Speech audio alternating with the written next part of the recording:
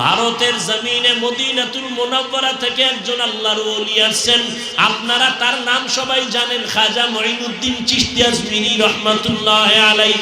ঘুরিয়া ঘুরিয়া ভারতে দাওয়াত দিয়া লক্ষ লক্ষ লক্ষ বিধর্মী তার হাতে মুসলমান হয়ে গেল। আম্মা জানের সামনে মঈনুদ্দিন আনন্দ করে। আম্মা জান বলে, রে মঈনুদ্দিন এত আনন্দ কেন? বলে, মা আমার হাতে লক্ষ লক্ষ বিধর্মী কালেমা পড়েছে। মা ডাক দিয়া কয়, বাবা এটা তোমার কোনো বাহাদুরি না, আমি মায়ের অবদান। মঈনুদ্দিন বলে, আম্মা জান তোমার অবদান কি? মঈনুদ্দিনের মা চোখের পানি ছেড়ে কাঁদেন আর বলে, রে বাবা তুই আমার গর্বে যেদিন আসছো ওই দিন থেকে আমি রাতের বেলা ঘুমাইতাম না, আমি সেজদায় পড়ে কান্না করতাম আর মালিকের দরবারে দোয়া করতাম, হে মালিক আমার গর্বের সন্তান তোমার ওলি বানাইয়া পাঠাইও। আমি মা দোয়া করি এই থামি নাই, তুই যেদিন দুনিয়াতে আসছো আমি মা তোরে আমি যতবার দুধ পান করাইছি আল্লাহর জাতের কসম এক ফোঁটা দুধ তোর মুখে আমি বিনা ওযুতে দেই নাই। ফজরের 4 রাকাত নামাজ পড়তে 20 মিনিটের বেশি লাগে না, কিন্তু এই 20 মিনিটের মজার ঘুম ছাইরা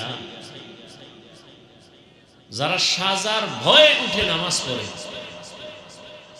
আল্লাহ কয় এর মর্যাদাটা নূরের সৃষ্টি ফেরেশতার মতো না, তার থেকেও বেশি। আর যারা 20 মিনিটের মজা পাইয়া সাজার তোয়াক্কা না করে ঘুমায়, আল্লাহ কয় এরা পশু না, পশুর চেয়েও খারাপ। এর মানুষ নেই, সূরাতে মানুষ, ভেতরটা পশুর থেকেও খারাপ। আল্লাহ মানুষকে কত সম্মান দিয়েছেন। ওয়ালাকাদ কাররামনা বানি আদম ওয়া হামালনাহুম ফিল বাররি ওয়াল বাহরি ওয়া রাযাকনাহুম মিনাত তাইয়্যিবাত ওয়া ফাদ্দালনাহুম আলা কাসীরিন মিম্মান খালাকনা তাফদীলা। বনি আদম বড় দামি। কেমন দামি? বলে এদের জন্য জমিনে চলার মতো আমি উত্তম ব্যবস্থা করেছি, পানির মধ্যে চলার মতো ব্যবস্থা করেছি। জমিনের চলন্ত প্রাণীগুলো পানির মধ্যে চলতে পারে না, পানির মধ্যে থাকা প্রাণী জমিনে চলতে পারে না। পারে না। কিন্তু মানুষ এত দামি, আমি আল্লাহ ওদের জমিনেও চলার সুন্দর ব্যবস্থা করেছি, আবার পানির মধ্যেও চলার মতো ব্যবস্থা করেছি। যেই লোহা পানির মধ্যে ছেড়ে দিলে ডুবে যায়, মানুষ মেধা দিয়া ওই লোহা দিয়া স্টিমার বানাইয়া ভেসে ভেসে এক দেশ থেকে অন্য দেশে যায়। আবার আমি আল্লাহ মানুষের জন্য উত্তম খানার আয়োজন করেছি।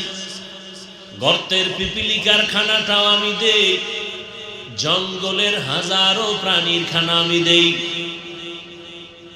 নদীর মধ্যে হাজারো ধরনের মাছ এর খানাও আমি দেই, উড়ন্ত পাখির খানাও আমি আল্লাহ দেই, মানুষেরও খানা দেই। তবে মানুষের খানার মতো পিওর খানা কাউকে দেই না। এত মজার খানা, এত পিওর খানা, এত হালাল। বান্দা তুমি ভাত খাইবা, চালটাকে কাভারের মধ্যে ঢুকায় দিছি যেন ময়লা না লাগে। তুমি রুটি খাইবা, গমটাও কাভার করে দিয়েছি। মাছ খাইবা, তাও কাভারে আটকানো, কাভার ফালাইয়া তারপরে মাছ খাও।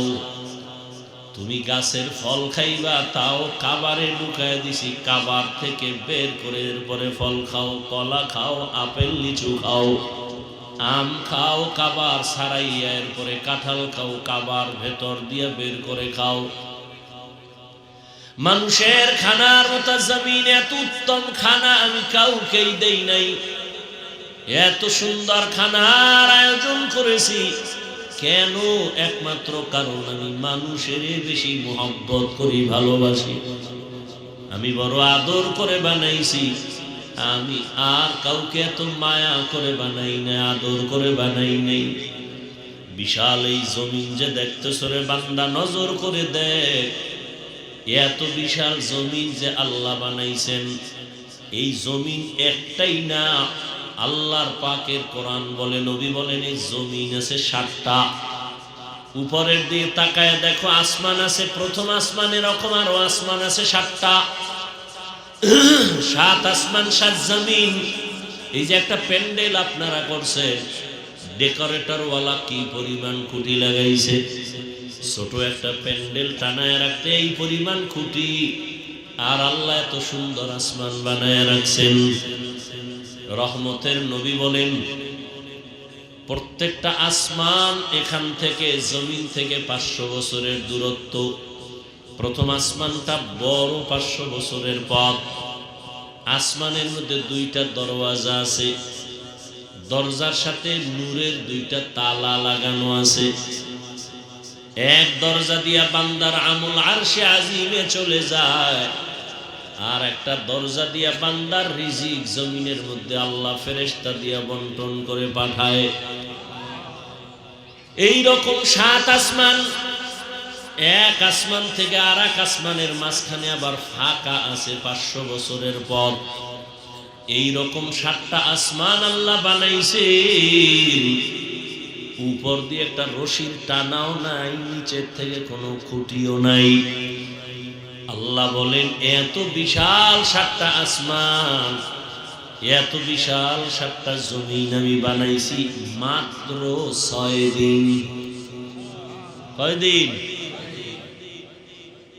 এত বিশাল আসমান সারা দুনিয়ার বিজ্ঞানীরা গবেষণা করলে লক্ষ কোটি বছর হায়াত দিলেও শেষ করতে পারবে না। কি আল্লাহ রাখছেন আসমানের মধ্যে। বিজ্ঞানীরা বলে, জমিনটা যত বড়, এর থেকে 13 লক্ষ গুণ বড় হলো সূর্য। জমিনটা যেখানে আছে এখান থেকে 9 কোটি 30 লক্ষ মাইল উপরে সূর্য। এই সূর্যটা আল্লাহ এমন ভাবে বানাইছেন, সূর্যটার একটা মুখ নিচের দিকে দেওয়া, আর বাকি মুখগুলো উপরের মধ্যে দেওয়া। 7 আসমানের 4র্থ নাম্বার আসমানে আছে সূর্যটা লাগানো। উপরে 3টা আসমান আছে, নিচে 3টা আসমান, মাঝখানের আসমানে সূর্য। ওখান থেকে আলো জমিনে দেয়। 3 আসমান ভেদ কইরা আলো কেমনে দেয় বুঝেননি? 3টা আসমান ভেদ করে কেমনে আলো দেয়? আবার শুধু 3 আসমান না, 3টা আসমানের মাঝখানের ফাঁকা 500 বছর করে দূরত্ব। রহমতের নবী বয়ান করেছেন, প্রত্যেকটা আসমান আল্লাহ বানাইছেন স্বচ্ছ গ্লাস দ্বারা। কি দ্বারা? তাহলে আপনি 1000 কোটি গ্লাস এখানে লাইনে দাঁড় করান, এরপর লাইট মারেন, যাবে না আলো? কথা বলেন না কেন? আরে বুঝেন না, এখানে আপনি গ্লাস, সাদা গ্লাস 1 কোটি যদি এভাবে লাইনে দাঁড় করান, আর এখান থেকে লাইট মারেন, গ্লাস ভেদ করে আলো যাবে না? যাবে না? তা আল্লাহর বানানো গ্লাস কি আপনার মতো নাকি?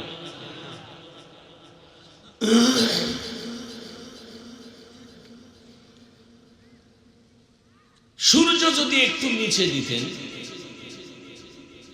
তাহলে তাপটা এই পরিমাণ আসতো যে জমিন পুড়ে যেত।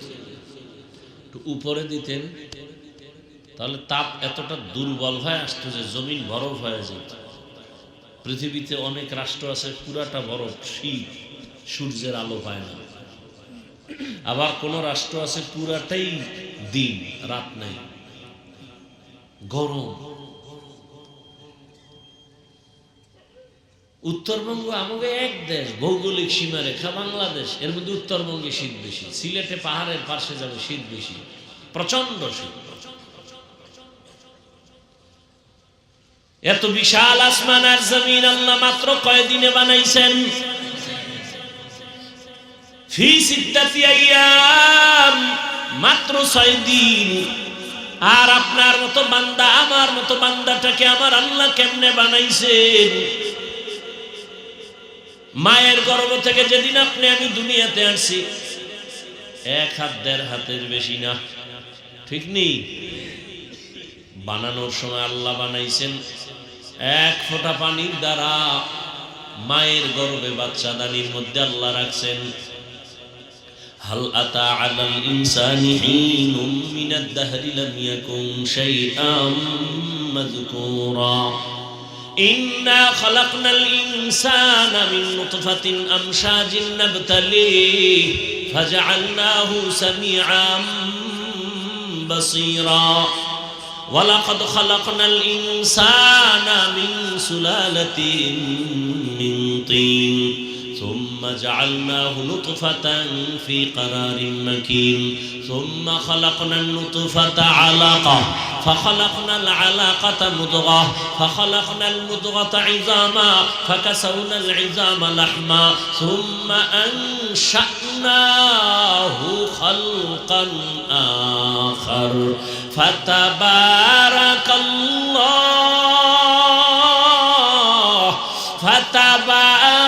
الله أحسن الخالقين।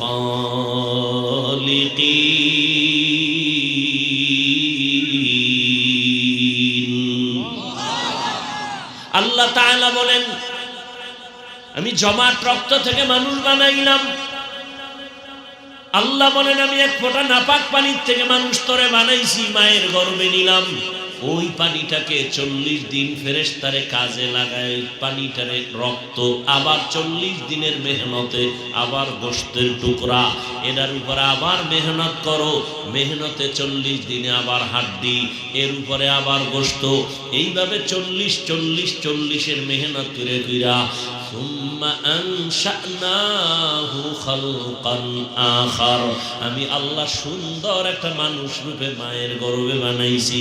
মায়ের গর্ভের মধ্যে বানাইয়া প্যাকেটের উপরে প্যাকেট, প্যাকেটের উপরে প্যাকেট কাভার করে রেখেছি মায়ের গর্ভে। 1 বিন্দু অক্সিজেন ভেতরে যেন ঢুকতে না পারে। যেই বাতাস না থাকলে সব মানুষ মরে যাবে। মায়ের গর্ভে অক্সিজেন ছাড়া কে বাঁচাইছে? মানুষ বলে পানির অপর নাম। আমি বলি এর থেকে 1000 কোটি গুণ বেশি সত্য কথা, বাতাসের অপর নাম জীবন। পানি সারাদিন রোজা আসতেছে, পানি না পান করলে মরবে কেউ? বাতাস বন্ধ হয়ে গেলে আপনার নাক আর মুখটা যদি 1 মিনিট ধৈর্য চাপা দিয়ে ধরে আর বাঁচার উপায় আছে, তাহলে বাতাসের মূল্য পানির থেকে বেশি না? ভাইরা আমার, এই একটা বাচ্চা মাত্র 1-1.5 হাত বড়, মায়ের গর্ভে আল্লাহ কাভার দিয়ে রাখছেন। আল্লাহ তাআলা এত সুন্দর বাচ্চা গর্ভে বানাইয়া রূহ যখন দান করেছেন, মা তখন অনুভব করেছে পেটে বাচ্চা আছে। মা এখন কেমন যেন খাইতে গেলে কষ্ট পায়, চলাফেরায় আম্মা জান বড় কষ্ট পায়। 40 দিনের মেহনত, 40 চিল্লা কয়। 40 কি কয়? মায়ের গর্ভে চিল্লা দিলে দেহের উন্নতি হয়, জমিনে আল্লাহর পথে চিল্লা দিলে রূহের উন্নতি হয়। মায়ের গর্ভে চিল্লা দিলে বাচ্চার দেহের উন্নতি হয়। জমিনের মধ্যে যদি বান্দা আল্লাহর পথে চিল্লা লাগাও, তোমার রূহের উন্নতি হবে। গুনাহওয়ালা রূহটা তাজা হয়ে যাবে, মুর্দা দিল জিন্দা হয়ে যাবে। তাহলে 1.5 হাতের মতো একটা বাচ্চা ওজন কত? ও ভাই মুরব্বীরা যারা জানেন, কোন ওজন কত বাচ্চার? 50 কেজি, 2.5-3 কেজি ওজনের বাচ্চাটা মায়ের গর্ভে আল্লাহ বানাইয়া কয় মাস পরে ফাটায় আপনারা জানেননি?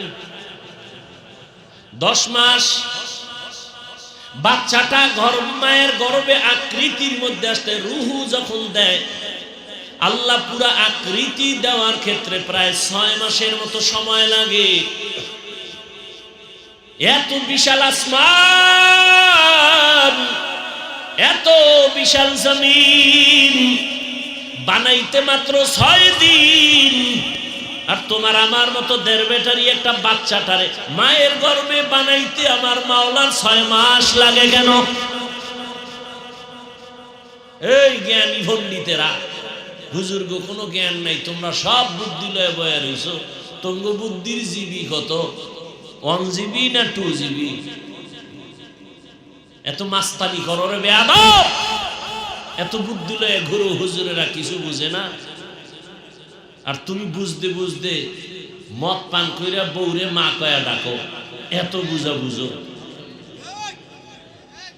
আছে না নাই? যত বড় ভিআইপি তত বড় মদখোর, যত বড় ভিআইপি বুদ্ধিজীবী তত বড় সুদখোর। এই ভিআইপির কোয়ালিটি, যত বড় ভিআইপি তত বড় সুদখোর, যত বড় বুদ্ধিজীবী তত বড় মদখোর। দেখছেন নি কারবার? ওরা মদ পান না করলে ওগো বুদ্ধিজীবী গিরি থাকে না, জিবি হ্যাং হয়ে যায়। আল্লাহ হেদায়েত দান করুন। এত জ্ঞান তুমি আমাকে বলো তো, এত বিশাল আসমান আর জমিন বানাইতে লাগছে 6 দিন, একটা বাচ্চাকে বানাইতে 6 মাস লাগলো কেন বলো তো? দেখি তোমার বুদ্ধি এখানে পরিচয় হোক। শেষ বুদ্ধি। হায় হায়, কারণ কি? 1 নাম্বার কারণ, ভালোবাসার জিনিস তৈরি হতে সময় লাগে, ভালোবাসার জিনিস বানাইতে সময় লাগে, ভালোবাসার জিনিস পাইতেও সময় লাগে। কি সময় লাগে না? সময় লাগে। আল্লাহ যেহেতু মানুষকে ভালোবাসেন, এজন্য আল্লাহ এদেরকে খুব সুন্দর করে আস্তে আস্তে করে বানাইছেন। আল্লাহ এতটা আস্তে করে বানাইলেন, সুন্দর করে বানাইছেন। আল্লাহ তাআলা মানুষ বানাইলেন এত আদর করে। আল্লাহ বলেন ওয়াখলিকাল ইনসানু যায়ফা, আমি মানুষ বড় দুর্বল করে বানাইছি। কেন? আমি বড় আদর করি, মায়া করি। আমার ভালোবাসার মানুষ ছাড়া আর আমার কেউ নেই। ফেরেশতারা আমার কাছে আদরের না, জিনেরাও আমার কাছে প্রিয় না। আমার কাছে দুর্বল মানুষ সব থেকে বেশি প্রিয়। এই জন্য আমি আল্লাহ এদেরকে বানাইছি খুব আস্তে করে। আমি আল্লাহ বড় মায়া করে বানাইছি। এরে গোলাম, আল্লাহ তাআলা সুন্দর একটা মানুষ বানাইছেন, সর্বশ্রেষ্ঠ মর্যাদা দান করেছেন। তাহলে মানুষ তো সৃষ্টির আগেই মর্যাদাবান। কেন আবার আল্লাহ বললেন নবীর মাধ্যমে যে তোমরা হারাম থেকে বাঁচো, মর্যাদা বাড়বে? কেন বললেন? নিজের ছোট মনে করে চলো তো মর্যাদা বাড়বে। মর্যাদা তো আসার আগেই তো আল্লাহ বাড়ায় দিয়েছেন। হ্যাঁ বুঝো এখানে মর্যাদার কারণ কি, মর্যাদা বাড়ার ব্যাখ্যা কি? এক ব্যাখ্যা হলো আফাদদালনাহুম আলা কাসীরিন মিম্মান খালাকনা তাফদীলা। মানুষ সব মাখলুকের মধ্যে শ্রেষ্ঠ, আবার এই মানুষের মধ্যে পরস্পরে একে অন্যের তুলনায় শ্রেষ্ঠ। যেমন এই সব মানুষ আমরা আল্লাহর গোলাম, আবার এই মানুষের মধ্যে যারা ঈমানওয়ালা তারা অন্যদের থেকে বড় দামি। আবার ঈমানওয়ালাদের ভেতরে যারা আমলওয়ালা তারা আরো দামি। আবার আমলওয়ালাদের মধ্যে যারা তাকওয়াওয়ালা তারা আরো বড় দামি।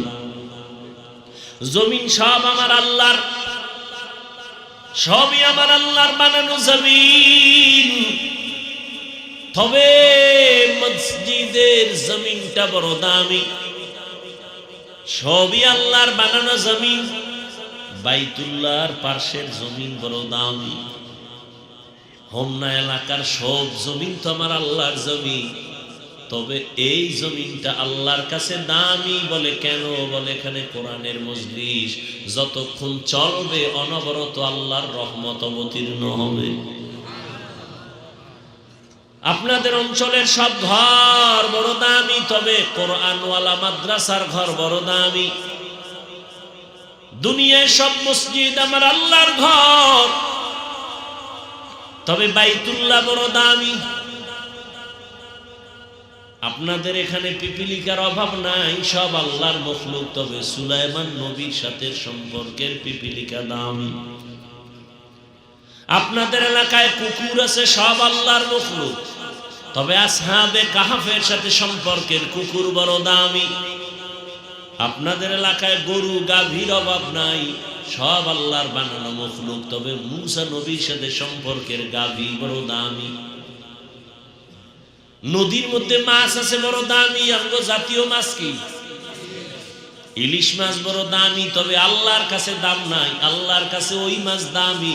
ইউনুস নবীরে যেই মাছ পেটে নিয়েছে ওই মাছ দামি। বলে কেমন দামি?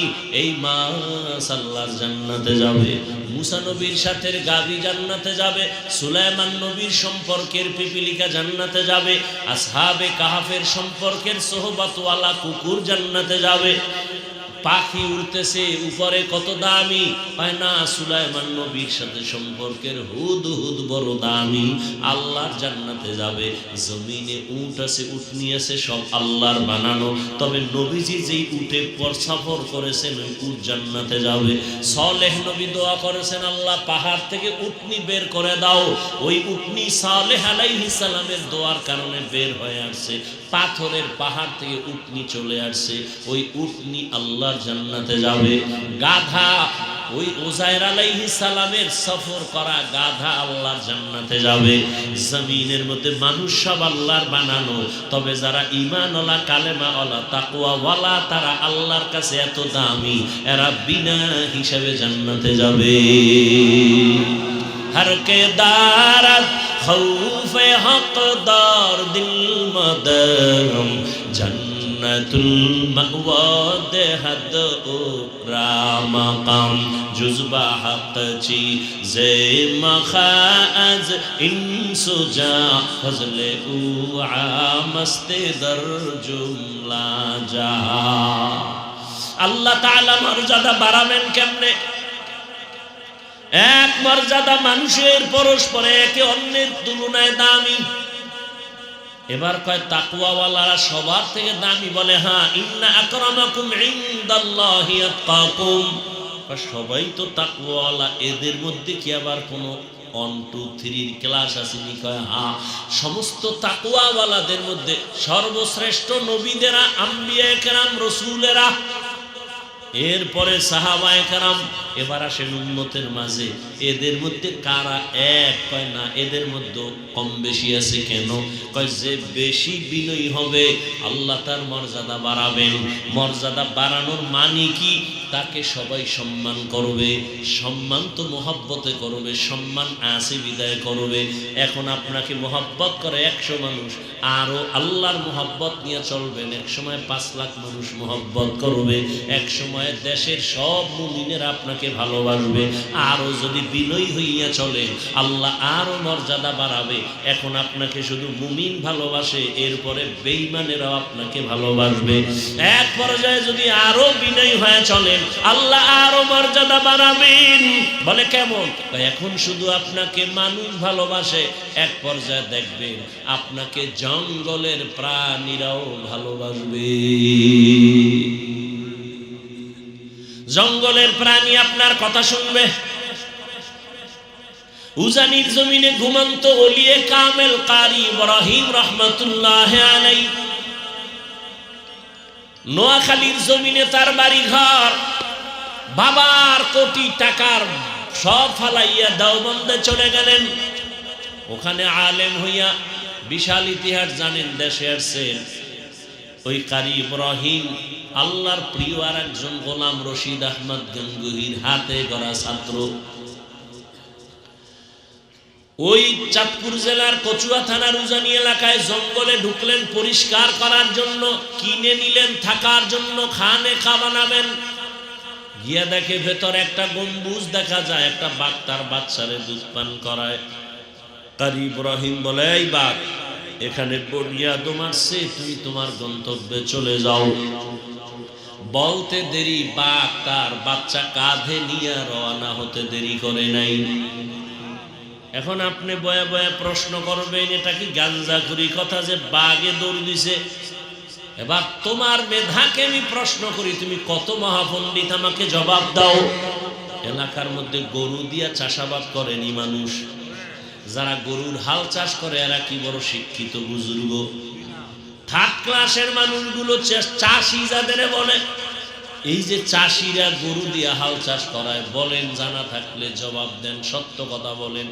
একটা সাধারণ মানুষ, নামাজ নাই, তেলাওয়াত নাই, এমন একটা চাষি যদি গরুর সাথে কথা বলে, গরু শুনেনি? শুনে? যদি চাষি কয় গরু দাঁড়া, দাঁড়ায়নি, গরু ডানে যা যায়নি, গরু বামে যা যায়নি। একটা বেনামাজি চাষির কথা যদি গরু শুনে, একজন আল্লাহওয়ালা, তাহাজ্জুদওয়ালা, তাকওয়াওয়ালার কথা কেন বাঘ শুনবে না? খাকো বাদ আবো আতিশ বান্দা বামানো তু জিন্দাবাহ মুরদা মান কানা লিল্লাহ কানাল্লাহু লাহ। আল্লাহর কাছে প্রিয় কোন জিন না, কোন ফেরেশতা না, একমাত্র মানুষ। আর এই মানুষের ভেতরে আল্লাহর কাছে সব থেকে বেশি প্রিয় যারা তাকওয়াওয়ালা। আর তাকওয়াওয়ালা আল্লাহর কাছে কত প্রিয় জানেননি? ক্বালা রাসূলুল্লাহ সাল্লাল্লাহু আলাইহি ওয়া আলিহি ওয়াসাল্লাম লাউ আকসামা আলাল্লাহ লা আবাররা। আল্লাহর নবীকে আল্লাহ জানায় দেয়, আমার প্রিয় বান্দা যারা তাকওয়াওয়ালা, এদের কাছে আমি আল্লাহ কতটা দুর্বল মায়ার কারণে। ওরা যদি কসম কইরা কয়, ও আল্লাহ এখন বৃষ্টি হবে, আমি আল্লাহ এখনই বৃষ্টি দিব। আমার প্রিয় বান্দার কাছে আমি দুর্বল। আর আমার তো আলাদা মোহাব্বতের ছেলেও নাই, মেয়েও নাই, মানুষ আমার প্রিয়। আর এই মানুষের মধ্যে যারা চূড়ান্ত গুনাহ করে না, এরা আমার কাছে আরো প্রিয়। এরা যা চাইবে আমি আল্লাহ ওয়াদা তার সাথে সাথে দিব।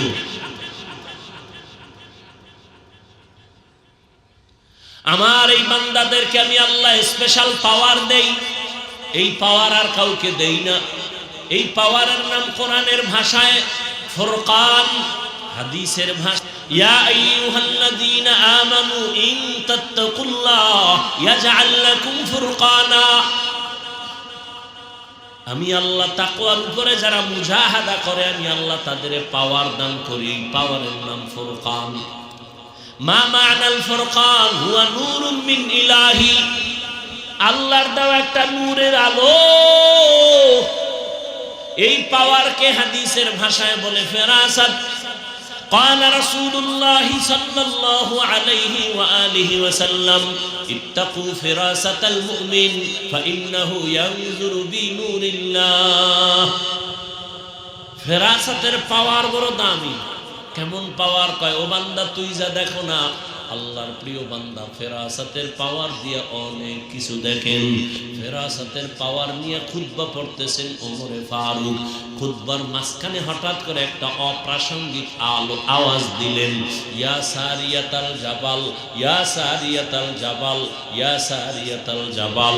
এই সারিয়া, পাহাড় পাহাড় পাহাড়। একজনের নাম কি? ঘুমায় ঘুমায় সারিয়া, সারিয়া। ওমর ডাক দিছে, ওই সারিয়া, পাহাড়। সারিয়া কই? ওমর যেখানে বসে আওয়াজ দিছেন, এখান থেকে 2000 কিলোমিটার দূরে সারিয়া ইরানে যুদ্ধ করে। কত দূর? সারিয়াকে বলা হলো, ওমর যে চিল্লানি দিছিল শুনছো? কাছে বসে যেমন শুনে এমনই শুনছে। এর নাম ফেরাসাত। উসমান রাদিয়াল্লাহু তাআলা আনহু বয়ান করতেছেন মসজিদে নববীতে। গালেবান আব্দুল্লাহ ইবনে মাসউদ রাদিয়াল্লাহু তাআলা আনহু কিছুক্ষণ পর ভেতরে এসে ঢুকলেন। বাজারে গেছিলেন। ওসমান বয়ান করতে করতে হঠাৎ করে বললেন, মজলিসের একটা মানুষ আছে যার চোখের মধ্যে জেনার আসর লাগানো। চোখের মধ্যে জেনার আসর মানে বেগানার সাথে বাজারে গেছে তো দেখছে। ইবনে মাসউদ চিন্তা করে, ওসমান জানলো কেমনে একটা বেগানার চোখে আমার চোখ লাগছে? জিবরাইল আইল, উঠে গেছে কাছে গিয়ে কয়, হযরত জিবরাইল আইছে? কয় না তো।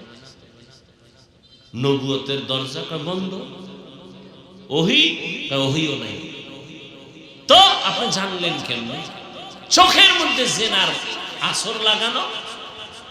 নবুয়তের দরজা খোলা নাই, বন্ধ।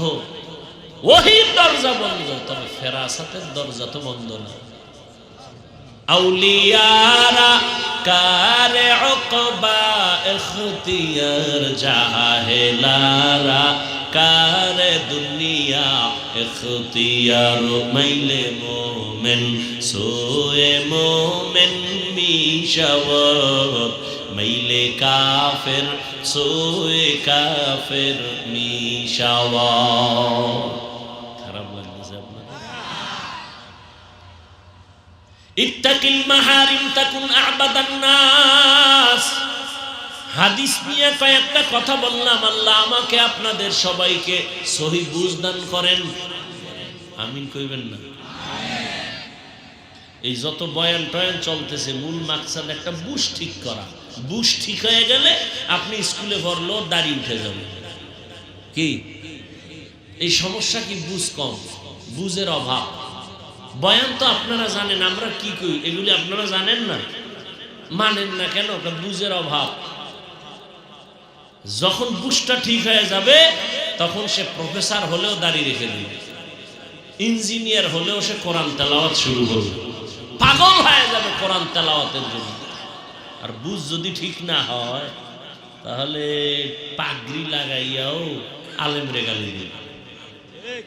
আর বুঝ ঠিক নেই। এজন্য রাসূল বলেন, মাইয়ুরিদিল্লাহু বিহি খায়রান ইউফাক্কিহু ফিদ্দীন। আল্লাহ যাকে মোহাব্বত করেন তাকে তাফাক্কুহ ফিদ্দীন দান করেন। এক বরকত হলো তাআল্লুম ফিদ্দীন, আর একটা হলো তাফাক্কুহ ফিদ্দীন। তাআল্লুম ফিদ্দীন এটা যে কেউ হতে পারে, আম হিন্দু ইসলাম সম্পর্কে অনেক জ্ঞান অর্জন করতে পারে, কিন্তু তাফাক্কুহ ফিদ্দীন এটা খাস, এটা সবাই পায়। এই কারণে এত বয়ান। নাহলে আপনার আমি বয়ান করবো কেন? আপনি মুসলমান, আমিও কি? আপনার আল্লাহ আমার আল্লাহ, নবী, কথা বলেন, কোরআন, কাবা, ধর্ম, কালেমা সব এক। দুনিয়াতে আসছে সিস্টেম। বিদায়বেলা কাফনের সংখ্যাও পুরুষের 3, মহিলার 5। কালার হবে আলাদা। সবার কালার কি হবে? এই কালার কি হবে? তো কালার নিয়ে কিলেকিলি করো কেন? চলেনি কিলাকিলি? মরণকালে কাফনের কালার সবার, শুধু তাবলীগওয়ালাদেরটা আলাদা কালার না? সবে তো মরার আগে কালার নিয়ে কিলাকিলি কেন? কে কালো কে সবুজে কিলাকিলি কেন? বুঝের অভাব। কিসের অভাব? বুঝের অভাব। সহি বুঝ নাই। আল্লাহ এক, নবী এক, কোরআন এক, কাবা এক, ধর্ম এক, কালেমা এক, কাফনের কালার এক, কবরের সাইজও হবে এক। না আপনাদের এলাকায় এক বড়? সবার কবরের সাইজ হবে এক। কবরের প্রশ্ন 3টা, তাও এক। আমি হুজুরকে যা বলবে আপনাকেও তা বলবে। রবের পরিচয় দাও, ধর্মের পরিচয় দাও, রাহমাতুল লিল আলামিনের পরিচয় দাও। আপনারা মুসলমান, আমিও মুসলমান। আপনার আমার আল্লাহ এক, নবী এক, কোরআন এক, কাবা এক, ধর্ম এক, কালেমা এক। আপনাকে বয়ান করব কেন? আজকে তো হিন্দুদের বয়ান করা দরকার, খ্রিস্টানদের দরকার, কারণ ওরা আল্লাহ চিনে না, নবী চিনে না, কোরআন বুঝে না। বয়ান তো ওদের করবা, আপনাদের কেন?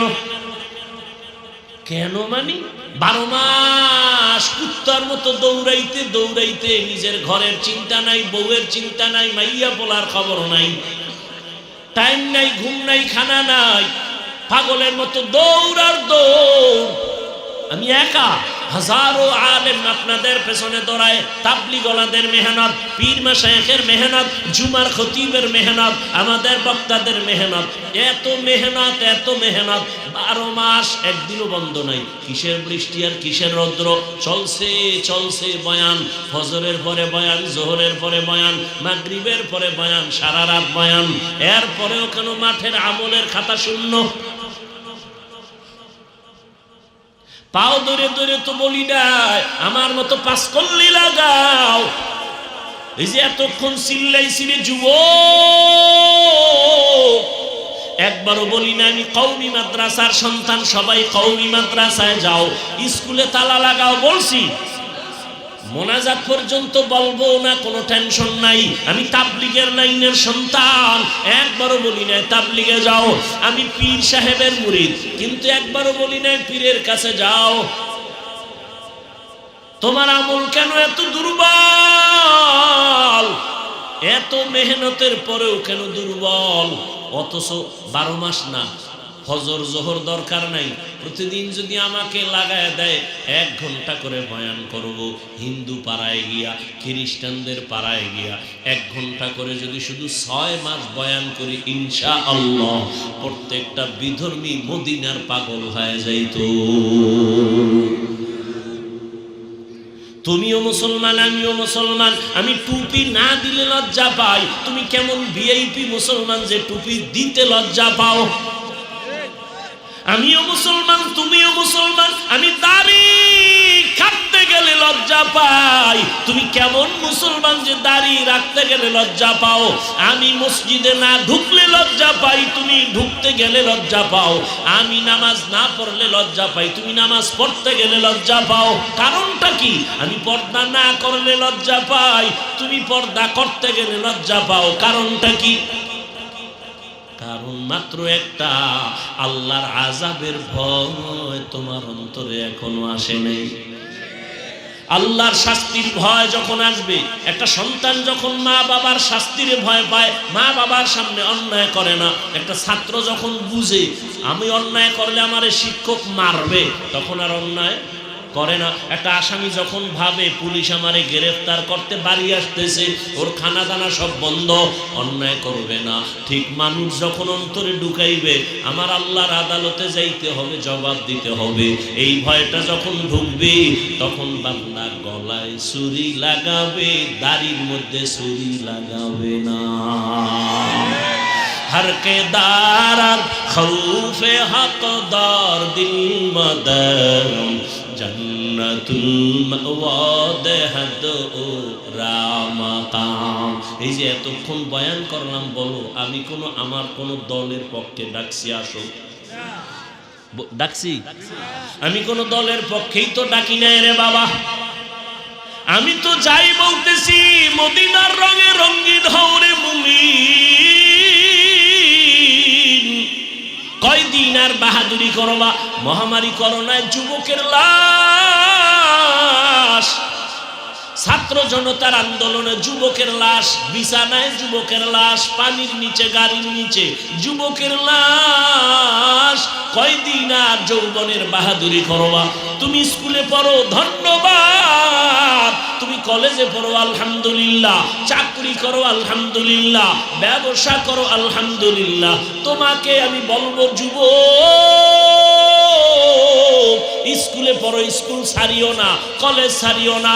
আমি দোয়া করে গেলাম, এখানে কত মানুষের আমিন কবুল হয়ে যাবে। আমি কলিজা দিয়ে দোয়া করি, ডাক্তার হও, ইঞ্জিনিয়ার হও, প্রফেসর হও, সাংবাদিক হও, ব্যবসায়ী হও, চাকরিজীবী হও, তবে একটা দাবি, বেয়াদব হইও না। তোমার ব্যবহারে কোনোদিন যেন মা বাবা কষ্ট না পায়, তোমার আচরণে কখনো যেন আলেম কষ্ট না পায়, তোমার আচরণে কখনো যেন তোমার শিক্ষকেরা কষ্ট না পায়। কারণ এই 3 জায়গার থেকে যদি বরদোয়া চলে আসে, আল্লাহর জাতের কসম, মরার আগে পঙ্গু হয়ে যাবি।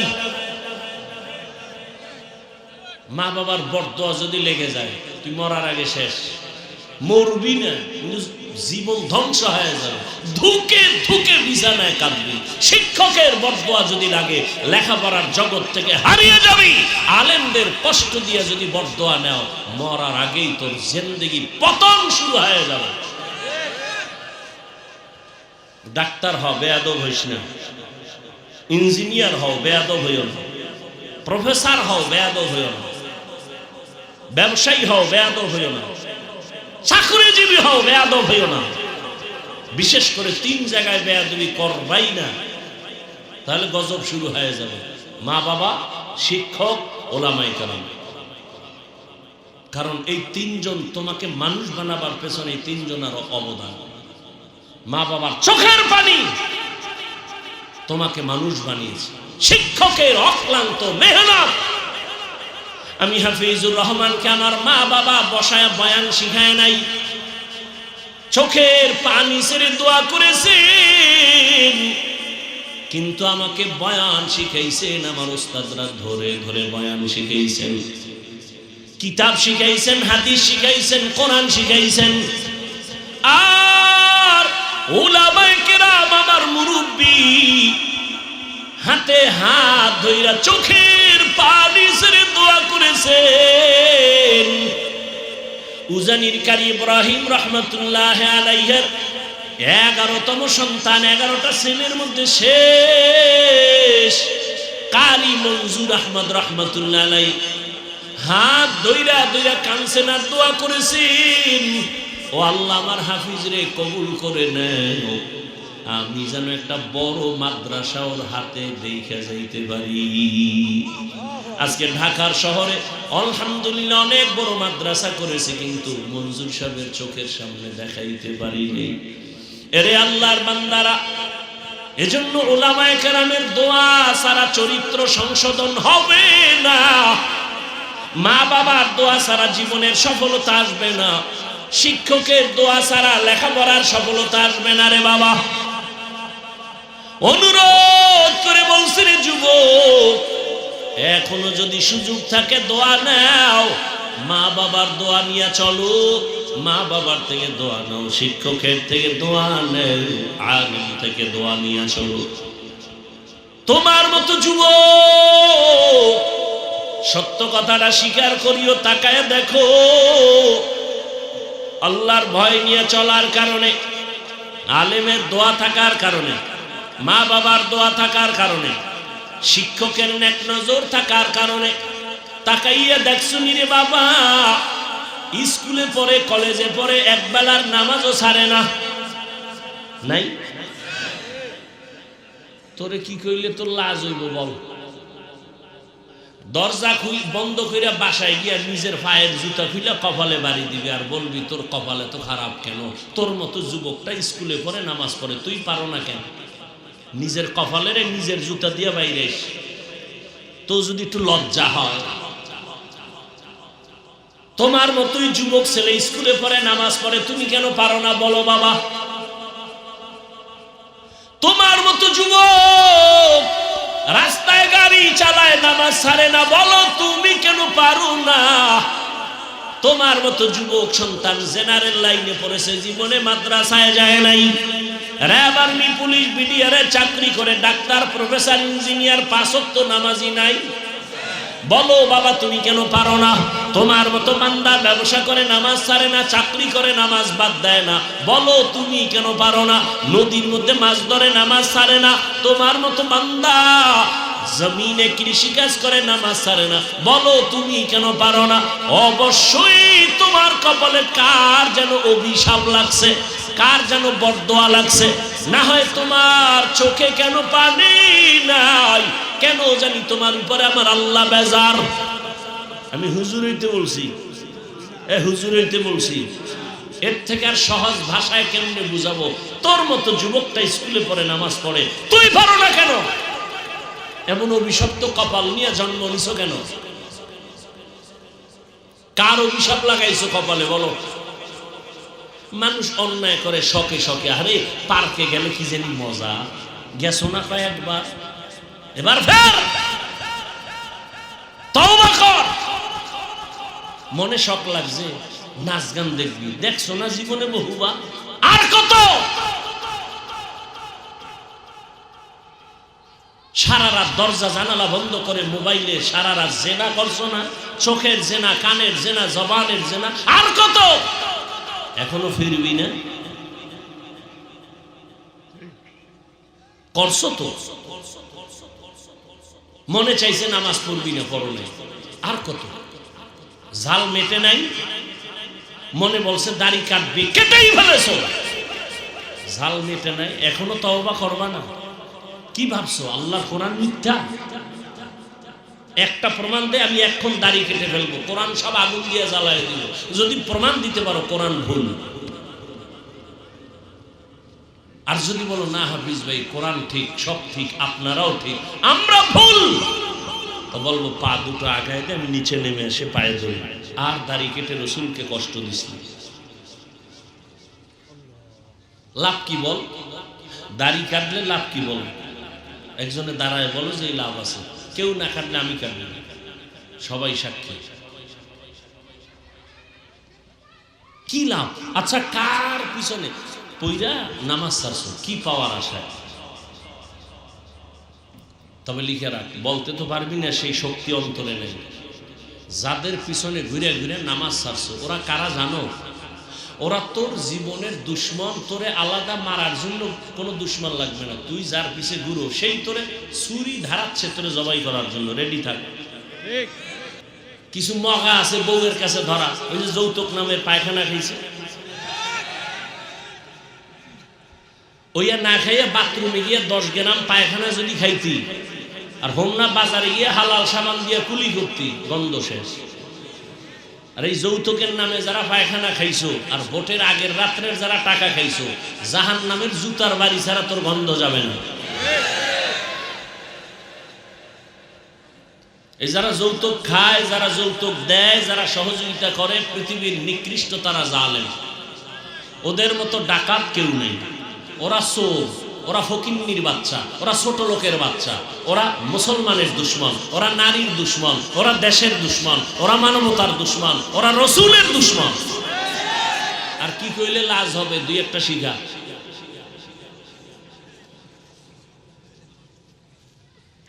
এক যুবক কয় তওবা করছি খামু না, কিন্তু আব্বাই তো মান্নত করে ফেলাইছে, ওই পায়খানা খাইবেই।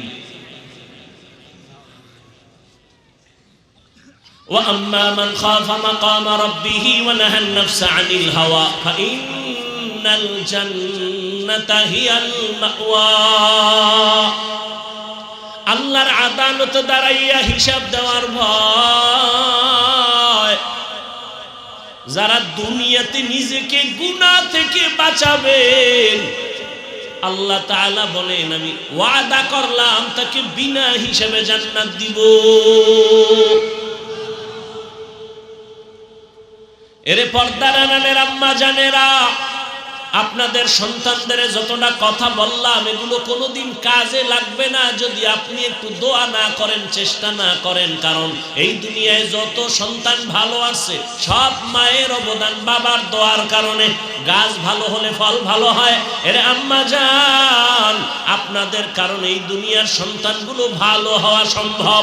এ কারণেই তো আপনাদের সম্মান বেশি, কারণ আপনারা নবীদের মায়ের মতো দামি মা, সাহাবায়ে কেরামদের মায়ের মতো দামি মা, আপনারা হাফেজে কোরআন, আলেমে কোরআনদের মায়ের মতো দামি মা। আপনারা তো খাদিজা রাদিয়াল্লাহু তাআলা আনহার মতো নারী, ফাতেমা রাদিয়াল্লাহু তাআলা আনহার মতো নারী, আয়েশা রাদিয়াল্লাহু তাআলা আনহার মতো নারী। আপনারা তো ইসমাঈল নবীর মা হাজেরা আলাইহিস সালামের মতো দামি নারী। আপনারা তো ঈসা নবীর মা মারিয়াম আলাইহিস সালামের মতো দামি নারী।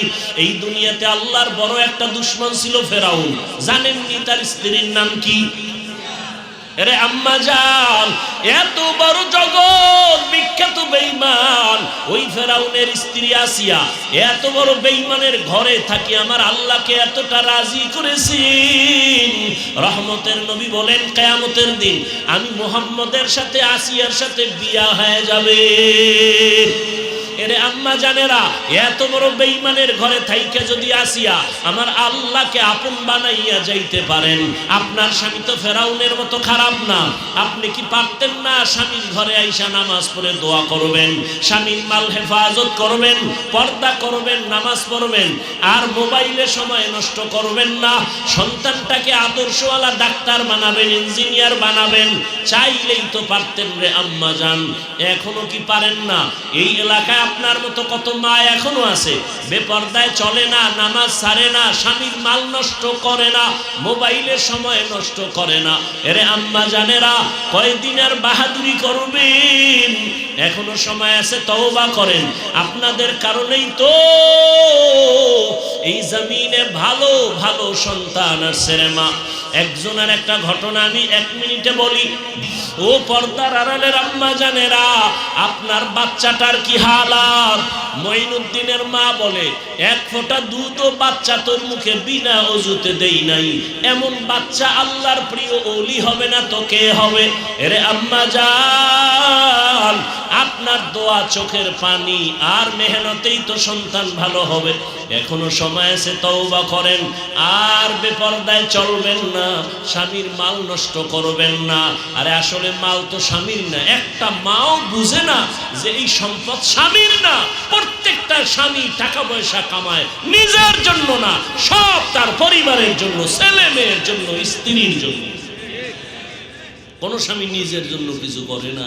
ঈদের বাজারে সন্তানের যদি জামা না দিতে পারে, বাবার চোখে পানি, নিজের জামা কেনার কোনো চিন্তা নাই।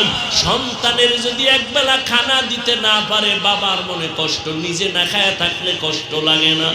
যত কামাই রুজি, রাত নাই দিন নাই মেহনত করিয়া করিয়া সব সন্তানের দেয়, স্ত্রীকে দেয়। ও আমার যুবক, তুমি বাবার টাকা বাতাসে উড়াইও না। এটা তোমার বাবার না। বাবায় মরিয়া গেলি তো সব তোমার হয়ে যাবে। স্বামী মরে গেলে সব স্ত্রীর হয়ে যাবে। অতএব স্ত্রী স্বামী মনে কইরা টাকা নষ্ট করিও না, তোমার বাবার টাকা মনে করে নষ্ট করিও না। বরং বাবার সম্মানের টাকা তোমার, স্বামীর সব অর্থ সম্পদ স্ত্রী তোমার। অতএব হালাল ভাবে ব্যয় করো, হারাম ভাবে নষ্ট করিও না। এখনো সময় আছে, তওবা করো রে যুবক। আর দাড়ি কাটবা না, বেপরদায় চলবা না, নামাজ ছাড়বা না, মা বাবার দোয়া নিয়ে, নবীর তরিকা মেনে চলবা, আর উলামায়ে কেরামের দোয়া নিয়ে, শিক্ষকের দোয়া নিয়ে চলবা। মা বোনেরাও তওবা করেন, আর বেপরদায় চলবেন না, নামাজ ছাড়বেন না, স্বামীর মাল হেফাজত করবেন, আর খেয়ানত করবেন না, মোবাইলে সময় নষ্ট করবেন না। তো যদি অন্তর তৈরি হয়, মুনাফিকি যদি না থাকে, খাঁটি তওবার নিয়ত যাদের আছে, দুটো হাত আল্লাহকে দেখাইয়া দেই, আয় আল্লাহ হাতগুলো কবুল করে নেন, তওবা কবুল করে নেন, তওবার উপরে মজবুত হইয়া চলা তৌফিক দান করেন। আমিন।